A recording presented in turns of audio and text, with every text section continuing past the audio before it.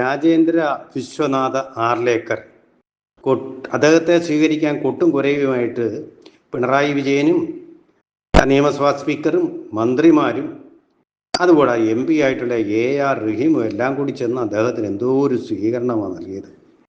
കേട്ടാത്തൊന്നും polit bureau അംഗമോ അല്ലെങ്കിൽ CPM ദേശീയ general സെക്രട്ടറിയോ വിമാനത്താവളത്തിൽ വന്നിറങ്ങിയതാണ് എന്ന് തോന്നും.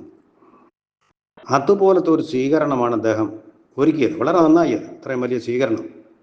ഒരു സ്വീകരണവും ഇല്ലാതെ, സ്വീകരണമല്ല ഒരു യാത്രയയപ്പും ഇല്ലാതെ ഗവർണറെ പറഞ്ഞയച്ച കളിയാക്കി അധിക്ഷേപിച്ച ശേഷം BJPയുടെ തന്നെ മറ്റൊരു ഗവർണറെ ഇങ്ങനെ സ്വീകരിക്കുന്നത് ഒരു വൈരുദ്ധ്യാത്മക ഭൗതികവാദമായിരിക്കാം. ഇവർക്കറിയുമെന്ന് തോന്നുന്നില്ല, അദ്ദേഹം കുട്ടിക്കാലം മുതൽ നന്നേ ചെറുപ്പത്തിൽ തന്നെ RSSൽ ചേർന്ന സംഘപരിവാറിനാണെന്നുള്ളത്. അതുപോലെ അദ്ദേഹം 1989 BJPയിൽ ചേർന്നു. ഗോവയിൽ BJP മന്ത്രിയായി. മനോഹർലാൽ പരേക്കർ അസുഖം മൂലം മരിച്ചപ്പോൾ ഗോവ കണ്ട ഏറ്റവും നല്ല മുഖ്യമന്ത്രിയായിരുന്നു. അതിനുശേഷം മുഖ്യമന്ത്രി സ്ഥാനത്തേക്ക് പരിഗണിക്കപ്പെട്ട ആളാണ് രാജേന്ദ്ര വിശ്വനാഥ് ആർലേക്കർ എന്ന് പറയുന്ന ആൾ. നിസ്സാരനൊന്നുമല്ല, അത്ര കഴിവുള്ള ആളാണ്. അതുകൊണ്ട് മുഖ്യമന്ത്രി സ്ഥാനം കിട്ടാത്തത് കൊണ്ട് അദ്ദേഹം BJP വിട്ടൊന്നും പോയിട്ടില്ല. അദ്ദേഹം ഹിമാചൽ പ്രദേശ്, അതുപോലെ തന്നെ ബീഹാർ തുടങ്ങിയ പല സംസ്ഥാനങ്ങളിലും ഗവർണറായിട്ടിരുന്നിട്ടാണ്, ഇതിനേക്കാൾ വലിയ സംസ്ഥാനങ്ങളിൽ വരെ ഗവർണറായിട്ടിരുന്നിട്ടാണ് ഇങ്ങോട്ട് വരുന്നത്. അപ്പോൾ അനുഭവ പരിചയമുള്ള ആളാണ്, വിനയമുള്ള ആളാണ്. RSSകാർക്കെല്ലാം ഉള്ള ആ വിനയമുണ്ടല്ലോ. അതാണ് അദ്ദേഹം പറഞ്ഞത്, ഏറ്റുമുട്ടലിലൊന്നും ഞങ്ങളില്ല എന്ന് വിചാരിച്ച് സനാതനധർമ്മത്തിന് വിരുദ്ധമായിട്ടുള്ള എന്തെങ്കിലും കാണുവാണെങ്കിൽ അത് അദ്ദേഹം ചോദ്യം ചെയ്തിരിക്കും എന്നുള്ളതിൽ സംശയമൊന്നുമില്ല. BJPക്കാരനാണോ, സനാതനധർമ്മത്തിൻ്റെ സംരക്ഷണത്തിൽ വിശ്വസിക്കുന്ന ആൾ തന്നെയായിരിക്കും അദ്ദേഹം. അതിന് പ്രതിബദ്ധനായിട്ടുള്ള ദേശീയതയുള്ള നേതാവ് തന്നെയായിരിക്കും അദ്ദേഹം. ഈ സനാതന ധർമ്മം എന്ന് പറയുന്നത് ഹിന്ദുത്വമായിട്ട് കൂട്ടിക്കുഴയ്ക്കുന്നത് വിവരക്കേടാണ്. സനാതനധർമ്മം എന്ന് പറഞ്ഞാൽ സർവധർമ്മ സമഭാവനയാണ്. ഹിന്ദുക്കളിലെ ജാതികൾ മാത്രമല്ല ഒന്നാണെന്ന് പറയുന്നത്, എല്ലാ മതങ്ങളും ഒന്നാണെന്ന്.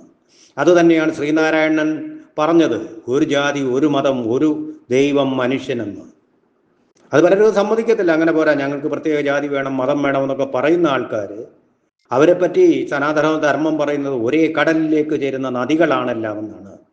അഹം ബ്രഹ്മാസ്മി, ഞാൻ ദൈവം തന്നെയാണ്. തത്വമസി, അത് നീ തന്നെയാണ്. വ്യത്യാസമില്ല, അഭേദമില്ല, അദ്വൈതമാണ് ദ്വൈതം, രണ്ടല്ല എന്ന് പറഞ്ഞാൽ മനുഷ്യൻ മാത്രമല്ല, സകല ചരാചരങ്ങളും ഒരു ബ്രഹ്മത്തിന്റെ സ്ഫുരണങ്ങൾ മാത്രമാണ്.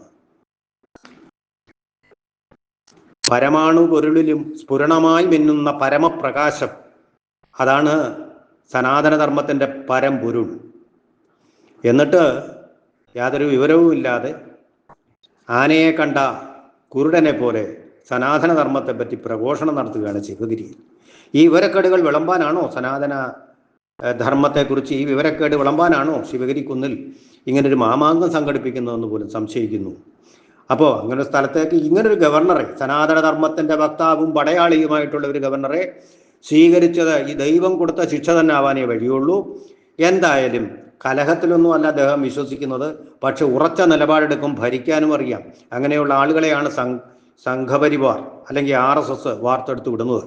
രാജ്യം നശിപ്പിക്കാനും കുട്ടിച്ചോറാക്കാനും അരാജകത്വം സൃഷ്ടിക്കാനുമുള്ള ആൾക്കാരെ അല്ല, ഉന്മൂലനാശന സിദ്ധാന്തം നടപ്പാക്കാനുമുള്ള ആളുകളെ അല്ല, ധർമ്മം സംരക്ഷിക്കാൻ വേണ്ടിയിട്ട് പോരടിക്കുന്ന, ജീവൻ തന്നെ ബലിയർപ്പിക്കുന്ന, ബലിദാനികളാവുന്ന ആൾക്കാരെയാണ് സൃഷ്ടിക്കുന്നത് ധർമ്മ സംരക്ഷണത്തിന് വേണ്ടിയിട്ട്. അങ്ങനെ ബലിയാടുകളെ സൃഷ്ടിക്കുക, അല്ലാതെ മറ്റുള്ളവരെ കൊല്ലുക, അവർക്ക് നേരെ ജിഹാദ് പ്രഖ്യാപിക്കുക, ഇതൊന്നും അല്ല RSSൻ്റെയോ അല്ലെങ്കിൽ BJPയുടെയോ നയങ്ങളൊന്നും. സംരക്ഷണം, സ്വയരക്ഷയ്ക്ക് വേണ്ടിയിട്ടുള്ള പ്രതിരോധം, അതുമാത്രമാണ് അവർ വിശ്വസിക്കുന്നത്. അതുമാത്രമാണ് അഹിംസാവാദത്തിൽ നിന്ന് അവർക്കുള്ള ഒരേ ഒരു വ്യത്യാസം. സ്വയം പ്രതിരോധം അത് തന്നെയാണ്, അല്ലാതെ കൊല്ലുക, മതത്തിൽ പെടാത്തതിൻ്റെ പേരിൽ കൊല്ലുക, അങ്ങനെ ബംഗ്ലാദേശിലുള്ള രീതികളൊന്നും അല്ല അവർ കൈക്കൊള്ളുന്നത് എന്നുള്ളതും ഒക്കെ ഉൾക്കൊണ്ടുകൊണ്ടുള്ള ഒരു ഗവർണറെ നമുക്ക് ഈ പുതുവർഷത്തിൽ തന്നെ ലഭിച്ചത് വളരെ അഭിമാനകരമാണ്.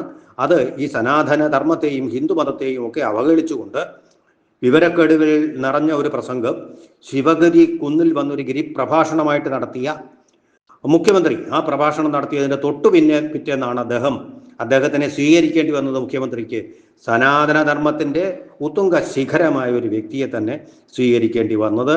ഒരു കാവ്യനീതി തന്നെയാണ് എന്ന് നമുക്ക് കരുതാം.